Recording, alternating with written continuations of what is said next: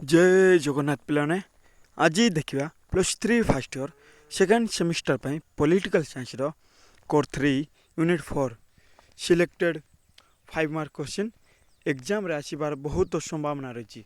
देखा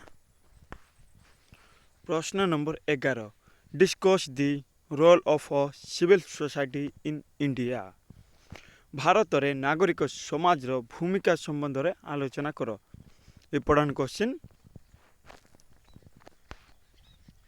भारत में बहु पुरातन कालरू नागरिक समाज संस्कृति चली आसुची। भारत में देखा गले बहु पुरातन कालरू पूरा प्राचीन कालरू ही नागरिक समाज संस्कृति गोटे संस्कृति थाई पिलाने से संस्कृति चली आसुची। पुरातन काल रे विभिन्न व्यक्ति विशेष विभिन्न सामाजिक समस्या मान समाधान करने निमंते सभा समिति भली अनुष्ठान रे संगठित हेउथिले। मीन्स कौच जे पुरातन कालर आग काल रे विभिन्न व्यक्ति विशेष विभिन्न सामाजिक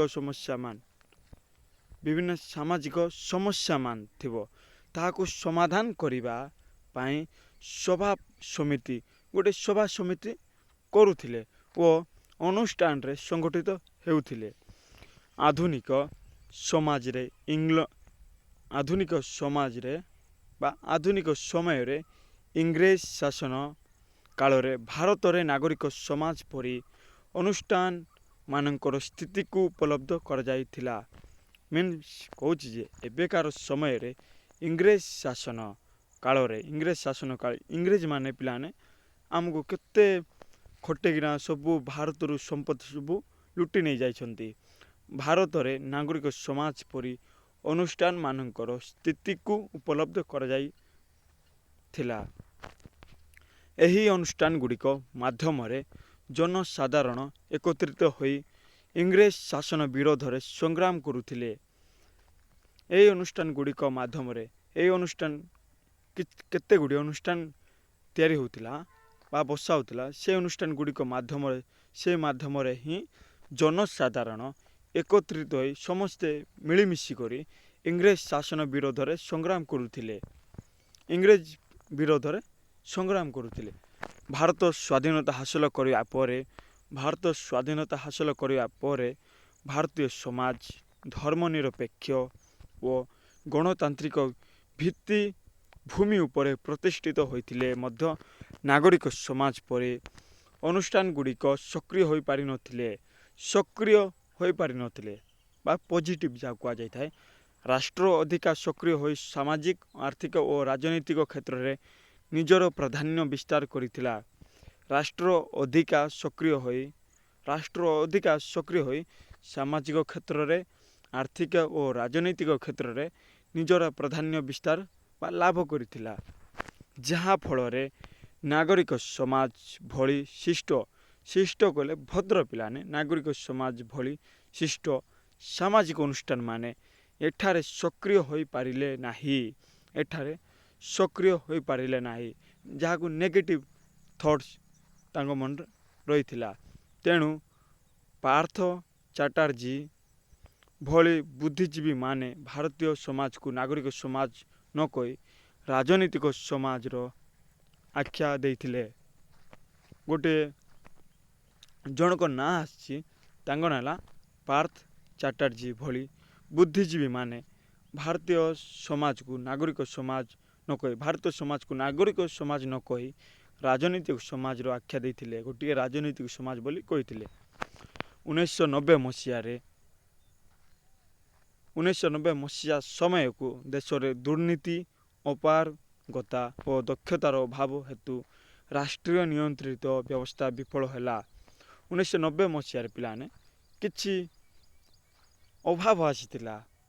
दुर्नीति अपारगता और दक्षतार अभाव हेतु राष्ट्रीय नियंत्रित व्यवस्था विफल होइथिला एवं एहार प्रतिवाद स्वरूप अनेक सामाजिक शिष्ट गोष्ठी सक्रिय होई राष्ट्र को दक्ष और दायित्ववान करिबा पाई नर्मदा बचाओ केते गुडी आंदोलन करथिले। तांको ना से सबुर ना हेउची नर्मदा बचाओ आंदोलन, चिपको आंदोलन, ବାଲ୍କୋ ଆନ୍ଦୋଳନ, ଦୁର୍ନୀତି ବିରୋଧୀ ଆନ୍ଦୋଳନ ଆଦି ଜାରି ରଖିଛନ୍ତି ଏବଂ ଏହି ଆନ୍ଦୋଳନ ସମୂହ ଭାରତର ଗଣତାନ୍ତ୍ରିକ ବ୍ୟବସ୍ଥାକୁ ସ୍ୱଚ୍ଛ ଓ ଉତ୍ତରଦାୟୀ କରିବା ନିମନ୍ତେ ଚେଷ୍ଟା କରି ଆସୁଛନ୍ତି। ନେକ୍ସଟ ଦେଖିବା ପ୍ରଶ୍ନ ନମ୍ବର 12 ଇମ୍ପୋର୍ଟାଣ୍ଟ କ୍ୱେଶ୍ଚିନ୍ ପିଲାମାନେ ଏସବୁ।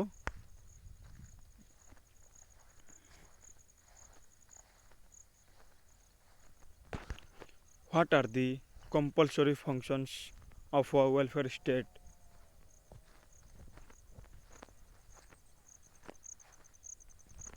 ଜନମଙ୍ଗଳ ରାଷ୍ଟ୍ରର ବାଧ୍ୟତାମୂଳକ କାର୍ଯ୍ୟମାନ କ'ଣ?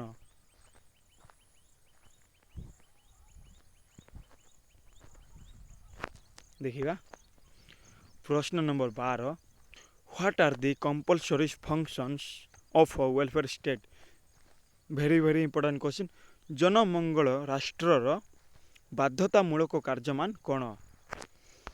ଜନମଙ୍ଗଳ ରାଷ୍ଟ୍ର ଦେଶରେ ବିଭିନ୍ନ ସମୟରେ କେତେକ ଅସାମାଜିକ ବ୍ୟକ୍ତିବିଶେଷଙ୍କ ଦ୍ୱାରା ଚୋରି ଡକାୟତି, ଦୁଷ୍କର୍ମ, ଗଣ୍ଡଗୋଳ, ହିଂସାକାଣ୍ଡ ଓ ବିଶୃଙ୍ଖଳାମାନ ଦୃଢ଼ ହସ୍ତରେ ଦମନ କରି ଆଭ୍ୟନ୍ତରୀଣ ଶୃଙ୍ଖଳା ପ୍ରତିଷ୍ଠା କରିଥାଏ।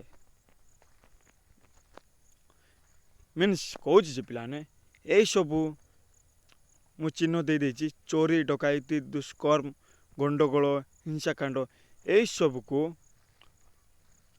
ଦୃଢ଼ ହସ୍ତରେ ଦମନ କରି ଆଭ୍ୟନ୍ତରୀଣ ଶୃଙ୍ଖଳା ପ୍ରତିଷ୍ଠା କରିଥାଏ। ପ୍ରତ୍ୟେକ ବ୍ୟକ୍ତି ବିଶେଷଙ୍କ ଧନ, ଜୀବନ, ସମ୍ପତ୍ତି ଓ ଅଧିକାର ସମୂହକୁ ଏହି ଧରଣର ରାଷ୍ଟ୍ର ସୁରକ୍ଷା ଯୋଗାଇ ଦେଇଥାଏ। ମିନ୍ସ କହୁଛି ଯେ ପିଲାମାନେ ପ୍ରତ୍ୟେକ ବ୍ୟକ୍ତି ବିଶେଷଙ୍କର ପ୍ରତ୍ୟେକ ଲୋକଙ୍କର ଧନ ରହିଥାଏ, ଜୀବନ, ସମ୍ପତ୍ତି, ସମସ୍ତଙ୍କର ସମ୍ପତ୍ତି ରହିଥାଏ। ସେହି ସବୁକୁ ସୁରକ୍ଷା ଦେଇ ଅଧିକାର ସମୂହକୁ ଏହି ଧରଣର ରାଷ୍ଟ୍ର ସୁରକ୍ଷା ଯୋଗାଇ ଦେଇଥାଏ। ଏସବୁକୁ ରାଷ୍ଟ୍ର ସୁରକ୍ଷା ଦେଇଥାଏ। ସୁରକ୍ଷା ଦେବା ପାଇଁ ରାଷ୍ଟ୍ର ପୋଲିସ ବାହିନୀକୁ ଯୋଗାଇ ଦେଇଥାଏ, ଯେପରିକି ଚୋରି ନ ହୁଏ, ଡକାୟତି ନ ହୁଏ, ହିଂସାକାଣ୍ଡ, ଗଣ୍ଡଗୋଳ ଏସବୁକୁ ରଖାଯାଇଥାଏ। ଏହି ରାଷ୍ଟ୍ର ଦେଶକୁ ବାହ୍ୟ ଶତ୍ରୁ କବଳ ରକ୍ଷା କରିବା ପାଇଁ ଏହି ରାଷ୍ଟ୍ର ଦେଶକୁ ବାହ୍ୟ ଶତ୍ରୁ ବାହାର ଶତ୍ରୁରୁ ରକ୍ଷା କରିଥାଏ। ଦେଶର ସୀମାନ୍ତରେ ସେନାବାହିନୀର ମୁତୟନ କରି ରାଷ୍ଟ୍ରୀୟ ନିରାପତ୍ତାକୁ ସୁରକ୍ଷା ପ୍ରଦାନ କରିଥାଏ। ଦେଶର ବା ଗୋଟେ ଭାରତର ପୁରା ଲାଷ୍ଟରେ ଯାହା କୁହାଯାଇଥାଏ କାଶ୍ମୀର, ସେଥିରେ ସେନାବାହିନୀ ଯୋଗାଇ ଭାରତୀୟମାନଙ୍କୁ ସୁରକ୍ଷା ପ୍ରଦାନ କରାଯାଇଥାଏ।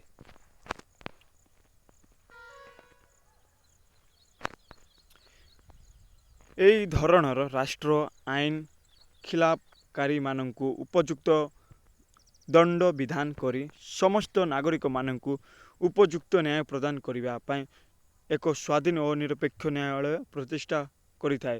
ସମସ୍ତେ କିପରି ସ୍ୱାଧୀନ ଏବଂ ନ୍ୟାୟ ପାଇପାରିବେ ତାହାକୁ ନେଇକିନା ସ୍ୱାଧୀନ ଓ ନିରପେକ୍ଷ ନ୍ୟାୟାଳୟ ପ୍ରତିଷ୍ଠା କରିଥାଏ। ଏହି ରାଷ୍ଟ୍ର ବୈଦେଶିକ ରାଷ୍ଟ୍ରମାନଙ୍କ ସହ ସାମାଜିକ, ଅର୍ଥନୈତିକ, କୂଟନୈତିକ ସମ୍ପର୍କ ସ୍ଥାପନ କରିବା ସହ ଶାନ୍ତି ପ୍ରତିଷ୍ଠା କରିବା ଉଦ୍ୟମ ରଖିଥାଏ। ଏହି ରାଷ୍ଟ୍ର ବୈଦେଶିକ ବା ବାହାର ଦେଶମାନଙ୍କ ସହ ସାମାଜିକ, ଅର୍ଥନୈତିକ, କୂଟନୈତିକ ସମ୍ପର୍କ ସ୍ଥାପନ କରି ଶାନ୍ତି ପ୍ରତିଷ୍ଠା କରିବା ପାଇଁ ଉଦ୍ୟମ ଜାରି କରିଥାଏ। ନେକ୍ସଟ ଦେଖିବା what are the optional functions of a welfare state? ଜନମଙ୍ଗଳ ରାଷ୍ଟ୍ରର ଇଚ୍ଛାଧୀନ କାର୍ଯ୍ୟମାନ କ'ଣ? ଜନମଙ୍ଗଳ ରାଷ୍ଟ୍ର ସାର୍ବଜନୀନ ଶିକ୍ଷା ଉପରେ ଗୁରୁତ୍ୱ ଆରୋପ କରିଥାଏ। ଶିକ୍ଷା ମୂଲ୍ୟ ଭିତ୍ତିକ, ବୃତ୍ତି ଭିତ୍ତିକ, ବୈଷୟିକ, ପ୍ରକୃତି ଭିତ୍ତିକ ହେବା ଉପରେ ଗୁରୁତ୍ୱ ଦେଇଥାଏ। ଏହି ଧରଣର ରାଷ୍ଟ୍ର ନାଗରିକମାନଙ୍କ ପାଇଁ ରୋଗ ପ୍ରତିଷେଧକ ବ୍ୟବସ୍ଥା ଗ୍ରହଣ କରିବା ସହ ମାଗଣା ଚିକିତ୍ସା ଓ ଔଷଧ ଯୋଗାଇ ଦେଇଥାଏ। ମାଗଣା ଚିକିତ୍ସା, ଫ୍ରିରେ ଚିକିତ୍ସା ହେବ ଏବଂ ଔଷଧ ଯୋଗାଇ ଦେଇଥାଏ। ଫ୍ରିରେ ଔଷଧ ଦିଆଯାଇଥାଏ, ମାଗଣା ଚିକିତ୍ସା ହୋଇଥାଏ ଏବଂ ଫ୍ରିରେ ଔଷଧ ମଧ୍ୟ ଦିଆଯାଇଥାଏ। ଏହା ମାଗଣା ପାଇଖାନା ଓ ଜଳ ଯୋଗାଣ ବ୍ୟବସ୍ଥାକୁ କାର୍ଯ୍ୟକାରୀ କରାଯାଇଥାଏ। ଏହା ବୃଦ୍ଧ, ବେକାରୀ, ବିଧବା, ବିକଳାଙ୍ଗ, ନିରାଶ୍ରୟ ବ୍ୟକ୍ତିବିଶେଷଙ୍କୁ ଭତ୍ତା, ଆଶ୍ରୟସ୍ଥଳୀ ଓ କର୍ମ ଯୋଗାଣ ଆଦି ସାମାଜିକ ଓ ଅର୍ଥନୈତିକ ନିରାପତ୍ତା ଯୋଗାଇ ଦେଇଥାଏ। ଏହି ଧରଣ ରାଷ୍ଟ୍ର ଅସ୍ପୃଶ୍ୟତା, ଛୁଆଁଛୁଆ ଯାହା କୁହାଯାଇଥାଏ, ବେଶ୍ୟାବୃତ୍ତି, ବାଲ୍ୟ ବିବାହ, କମ୍ ବୟସରେ ବିବାହ ମନା, ଯୌତୁକ ପ୍ରଥା ମନା, ଅନ୍ଧବିଶ୍ୱାସ, କୁସଂସ୍କାର ଆଦି ବିରୋଧରେ ସ୍ୱର ଉତ୍ତୋଳନ କରିଥାଏ। ସହ ନୂତନ ଆଇନମାନ ପ୍ରଣୟନ କରି ସମସ୍ତ ସମସ୍ୟାର ସମାଧାନ। ଏହା ସବୁ କିପରି ରୋକାଯାଇଥିବ ତାହା ପାଇଁ ନୂତନ ଆଇନ ପ୍ରଣୟନ କରି ବା ତିଆରି କରି ସମସ୍ତ ସମସ୍ୟାର ସମାଧାନ କରିଥାଏ। ପ୍ରଶ୍ନ number 14, what are the advantages of a welfare state? ଜନମଙ୍ଗଳ ରାଷ୍ଟ୍ରର ସୁଗୁଣମାନ କ'ଣ? ଭେରି ଇମ୍ପୋର୍ଟାଣ୍ଟ କ୍ୱେଶ୍ଚିନ୍, ସିଓର ପଚାରିପାରେ ଏକ୍ଜାମରେ। ପିଲାମାନେ ଜନମଙ୍ଗଳ କହିଲେ ଲୋକମାନଙ୍କର କିପରି ଉନ୍ନତି ହେବ ବା ସେମାନଙ୍କର ମଙ୍ଗଳ କିପରି ହେବ ତାକୁ ହିଁ ବୁଝାଇଥାଏ।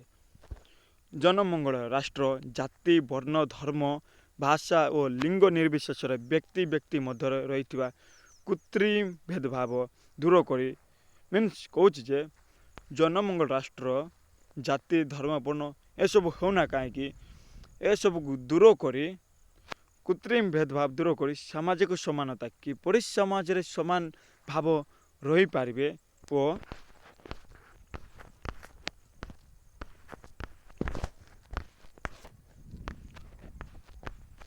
ଅର୍ଥନୈତିକ ନ୍ୟାୟ ପ୍ରତିଷ୍ଠା କରାଯାଇପାରିଥାଏ। ଅର୍ଥନୈତିକ ନ୍ୟାୟ କିପରି ସମସ୍ତଙ୍କୁ ସମାନ ଭାବରେ ପାଇପାରିବ ତାହା ପାଇଁ ନ୍ୟାୟ ପ୍ରତିଷ୍ଠା କରିପାରିଥାଏ। ଏହି ଧରଣର ରାଷ୍ଟ୍ର ପ୍ରତ୍ୟେକ ବ୍ୟକ୍ତି ବିଶେଷଙ୍କୁ ସେମାନଙ୍କ ସର୍ବନିମ୍ନ ଆବଶ୍ୟକତା କହିଲେ ପିଲାମାନେ ଖାଦ୍ୟ, ବସ୍ତ୍ର, ବାସଗୃହକୁ ବୁଝାଇଥାଏ। ଯୋଗାଇ ଦେବା ସହ ଶିକ୍ଷା, ସ୍ୱାସ୍ଥ୍ୟ, ପରିମଳ ଆଦି ମୌଳିକ ସୁବିଧା ପ୍ରଦାନ କରିଥାଏ। ଏହା ବ୍ୟକ୍ତିର ବ୍ୟକ୍ତିତ୍ୱର ବିକାଶ, ବ୍ୟକ୍ତିର ପର୍ସନାଲିଟି କିପରି ଡେଭଲପମେଣ୍ଟ ହେବ ଯାହା କୁହାଯାଇଥାଏ ଇଂଲିଶରେ ପର୍ସନାଲିଟି ଡେଭଲପମେଣ୍ଟ, ବିକାଶ ପାଇଁ ଆବଶ୍ୟକୀୟ ସମସ୍ତ ଦାୟିତ୍ୱ ନିର୍ବାହ କରିଥାଏ। ଏହା ବ୍ୟକ୍ତି ବିଶେଷଙ୍କ ବନ୍ଧୁ, ଦାର୍ଶନିକ ଓ ପଥ ପ୍ରଦର୍ଶକ ଭାବେ କାର୍ଯ୍ୟ ବହନ କରୁଥିବା ଯୋଗୁଁ ଏହି ଧରଣର ରାଷ୍ଟ୍ରକୁ ଏକ ସକାରାତ୍ମକ ରାଷ୍ଟ୍ର ଭାବେ ଅଭିହିତ କରାଯାଇଥାଏ। ସକାରାତ୍ମକ ଭାବେ କହିଲେ ପିଲାମାନେ ଯେକୌଣସି କାର୍ଯ୍ୟ ହେଉନା କାହିଁକି ସମସ୍ତ ବ୍ୟକ୍ତିଙ୍କର ଉନ୍ନତି ହୋଇପାରିବ, ତାହାକୁ ହିଁ ସକାରାତ୍ମକ କୁହାଯାଇଥାଏ। ଗୁଡ଼ିକ ପାଇଁ ନିହାତି ପ୍ରୟୋଜନୀୟ ମନେ ହୋଇଥାଏ। ନେକ୍ସଟ ଦେଖିବା ପ୍ରଶ୍ନ number 15, what are the disadvantages of a welfare state? ଜନମଙ୍ଗଳ ରାଷ୍ଟ୍ରର ଦୁର୍ଗୁଣମାନ ଦେଖିବା। ଜନମଙ୍ଗଳ ରାଷ୍ଟ୍ର ସରକାରୀ ପାଣ୍ଠିରୁ ଅଧିକାଂଶ ଅର୍ଥ ସାମାଜିକ କଲ୍ୟାଣ ଓ ଅର୍ଥନୈତିକ ନିରାପତ୍ତା ଦିଗରେ ବିନିଯୋଗ କରୁଥିବା ଯୋଗୁଁ ଆର୍ଥିକ ନିଅଣ୍ଟିଆ ପରିସ୍ଥିତିକୁ ସୃଷ୍ଟି କରିଥାଏ।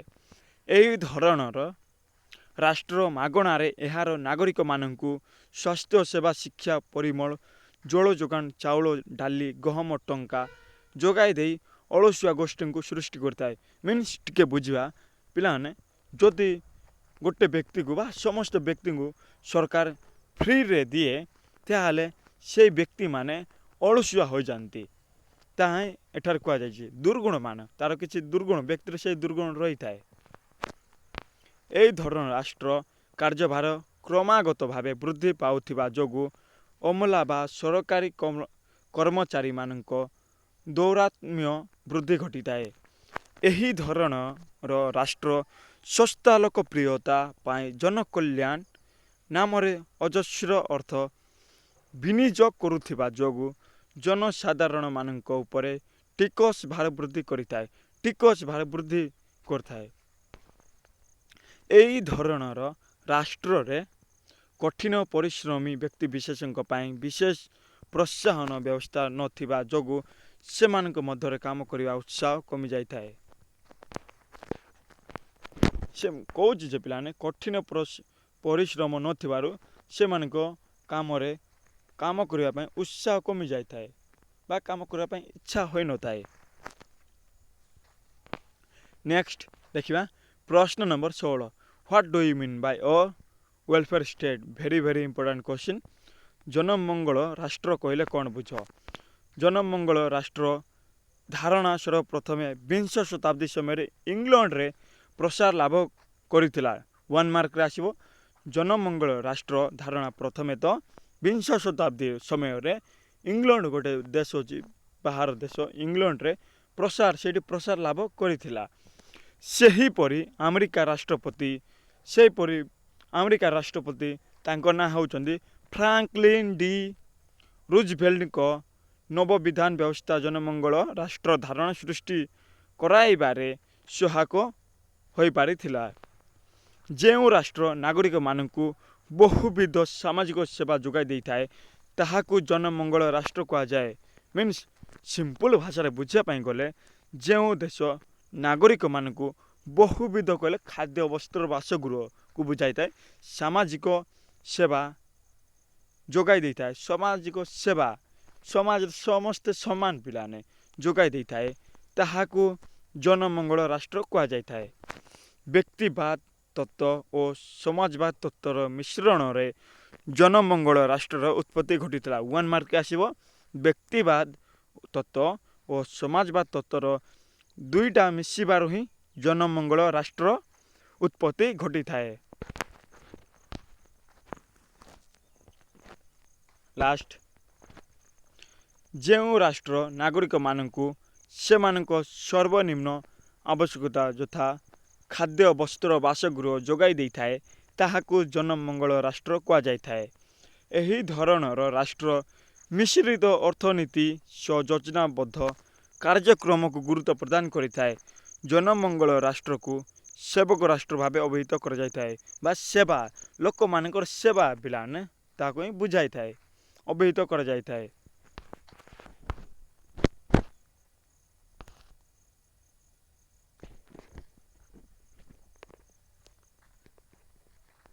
या थिला पिलाने सिलेक्टेड 5 मार्क क्वेश्चन एग्जाम आसबार बहुत संभावना रही पिलाने ए वीडियो को 2-3 थर वाच करंतु एवं आपण फ्रेंड्स को शेयर करंतु जय जगन्नाथ।